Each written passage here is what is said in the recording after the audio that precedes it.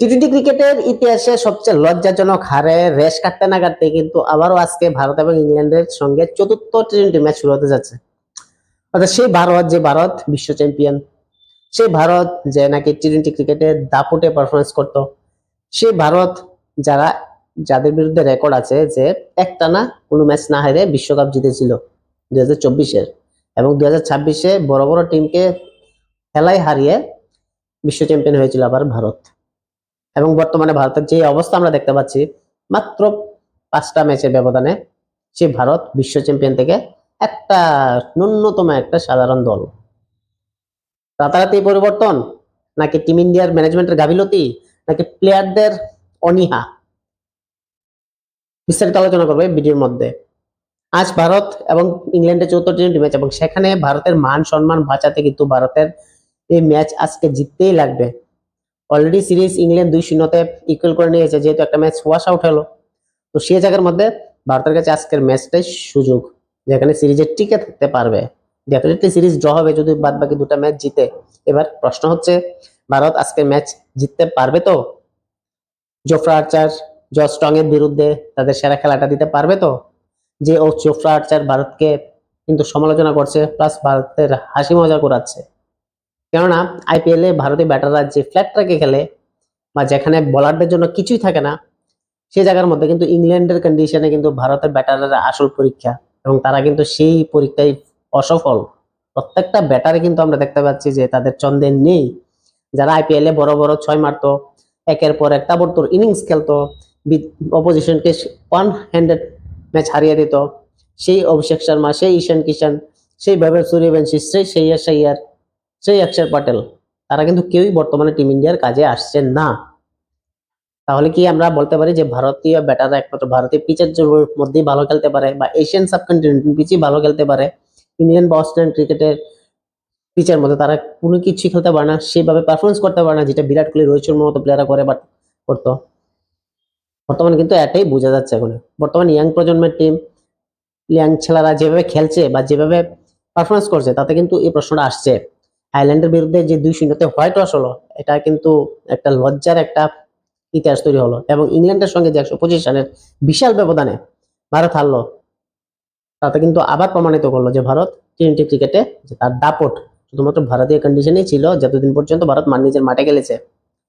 2024-এ যখন ভারত খেলেছিল তখন কিন্তু বার্বাডোসের পিচ ছিল এবং আমেরিকার মধ্যে খেলা হয়েছিল ইউএসএ ক্রিকেট কংগ্রেস। সেই জায়গার মধ্যে থেকে কিন্তু পিচের কন্ডিশন ছিল সম্পূর্ণ আলাদা, কিন্তু সেখান থেকে রোহিত শর্মা ক্যাপ্টেন্সির মাধ্যমে বা প্লেয়ারদের পারফরমেন্সের মাধ্যমে কিন্তু ভারত নিজের সেরা খেলাটা দিয়েছে এবং জিতেছে, চ্যাম্পিয়ন হয়েছে, তাও একটা ম্যাচ না হেরে। কিন্তু দেখো, বিশ্ব চ্যাম্পিয়ন ক্যাপ্টেনকে টিম থেকে বাদ দেওয়া হলো কোনো রিজন ছাড়া। তারপরে আবার নতুন টিম গঠন করলো, এবং ওয়ার্ল্ড কাপের টিমেরই অনেক প্লেয়ার কিন্তু এই টিমের মধ্যে আছে, কিন্তু তারা কেউই পারফরমেন্স করতে পারছে না। ইংল্যান্ডের বোলাররা এগেনস্টে ভারতীয় ব্যাটাররা রীতিমতই অসহায়। এখানে ঈশান কিষান, তিলক বর্মা, শ্রেয়াস আইয়ার, কোনো ব্যাটারি কিন্তু নিজের সেরা খেলাটা দিতে পারছে না বা খেলতে পারছেন না। তাহলে প্রশ্ন হচ্ছে, কেন তারা এইভাবে স্ট্রাগল করছে? টিম ম্যানেজমেন্ট কি করছে তাদের নিয়ে, বা ব্যাটিং কোচ তাদের নিয়ে কি পরামর্শ দিচ্ছে বা কি টিপস দিচ্ছে, যেখানে তারা নিজের সেরা খেলাটা দিতে পারবে? আজকে যে ম্যাচ, সেই ম্যাচের কিন্তু কন্ডিশন সম্পূর্ণ আলাদা। মাঠ বড় হলো, কিন্তু সেখানে রান করাটা একটু টাফ হবে। ইংল্যান্ডের মতো কন্ডিশনে যেখানে জোফরা আর্চার বা পেস বলার একটা অ্যাডভান্টেজ থাকে, সেই জায়গার মধ্যে কিন্তু ভারতীয় ব্যাটাররা যেহেতু বর্তমানে ফর্মে নেই, সেখানে কিন্তু তাদের এগেনস্টে রান করা বা টিকে থাকা কিন্তু খুব টাফ হবে। প্রথম দিকে অভিষেক শর্মা এবং বৈভব সূর্যবংশী নিজের শুরুটা ভালো করলে কিন্তু তারা এটাকে কন্টিনিউ চালিয়ে রাখতে পারে না। আমরা লাস্ট ম্যাচেও দেখছি, এর আগেও কিন্তু দেখেছি ভারত রীতিমতোই, ভারতীয় ব্যাটাররা রীতিমতোই কিন্তু সেই কন্ডিশনে নিজেকে অ্যাডজাস্ট করতে পারছে না এখন পর্যন্ত। আর তারই কিন্তু হাসি মজা করাচ্ছে জোফরা আর্চার। তবে আজকে যে এখানে খেলা হবে সেটা হলো ব্রিস্টলের পিচ, এবং ব্রিস্টলের পিচ বরাবরই একটু পেসের জন্য বাড়তি সুবিধা থাকে এর আগের ম্যাচের পিচের মতোই, কিন্তু সেখানে কিন্তু রান আসবে।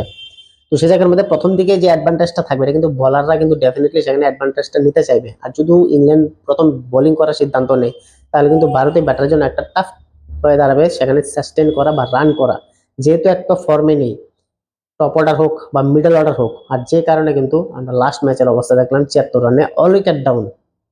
তো আজকেও কি এমন হতে হতে যাচ্ছে?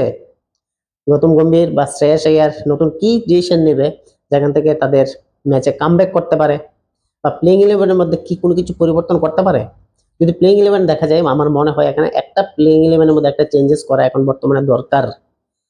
সেখানে ক্লিয়ারলি যদি বলে ভাইস ক্যাপ্টেন তিলক ভার্মাকে সরিয়ে দিতে হবে, সঞ্জু স্যামসনকে তার জায়গায় এখানে খেলাতে হবে। এবার প্রশ্ন আসছে, সঞ্জু স্যামসন কি তাহলে তিলক ভার্মার জায়গায় খেলবে, 5 নম্বরে খেলবে? না, ঈশান কিশনের জায়গায় সঞ্জু স্যামসনকে খেলানো হোক এবং ঈশান কিশনকে 5 নম্বর রাখা হোক, তাহলে কিন্তু কম্বিনেশনটা এখানে বাঁচতে পারবে এবং একজন রাইট হ্যান্ড ব্যাটসম্যান কিন্তু এখানে আসছে।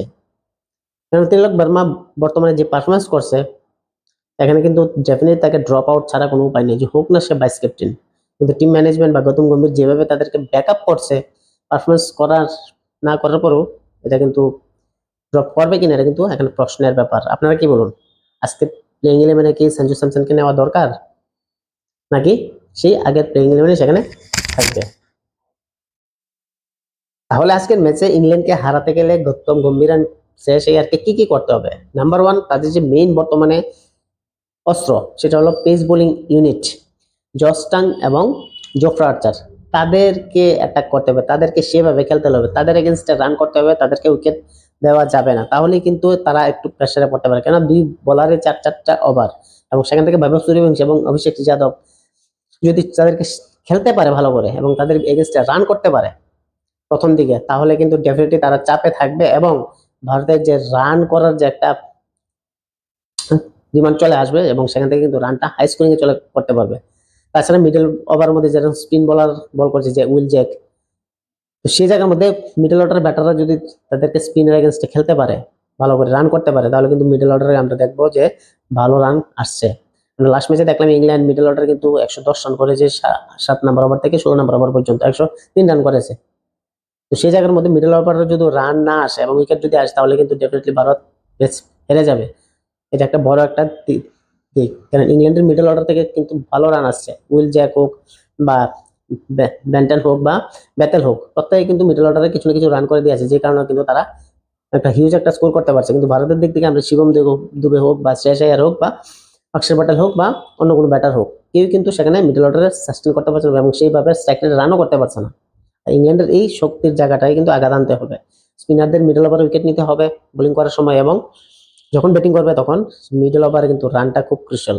যত ওভারে যেরকম ক্রুশাল অ্যাটাকিং করতে হবে, ঠিক মিডল ওভারে কিন্তু সেই রকম ভাবে খেলতে হবে, তাহলে কিন্তু এখানে রান আসার সম্ভাবনা আছে। যেহেতু ব্রিস্টলের পিচ এখানে একটু হাই স্কোরিং থাকবে, সেই হিসেবে মিনিমাম 180 বা 100-200 কাছাকাছি রান যদি না হয়, তাহলে কিন্তু ম্যাচ জেতা খুব টাফ হবে। কারণ ইংল্যান্ডের কন্ডিশনে ইংল্যান্ড ডেফিনেটলি সেরা, এবং সেখান থেকে এভারেজ স্কোর থেকে যদি 20 থেকে 30 রান বেশি না করতে পারে, তাহলে কিন্তু এটা ইংল্যান্ডের কাছে কিছুই চ্যালেঞ্জার হবে না।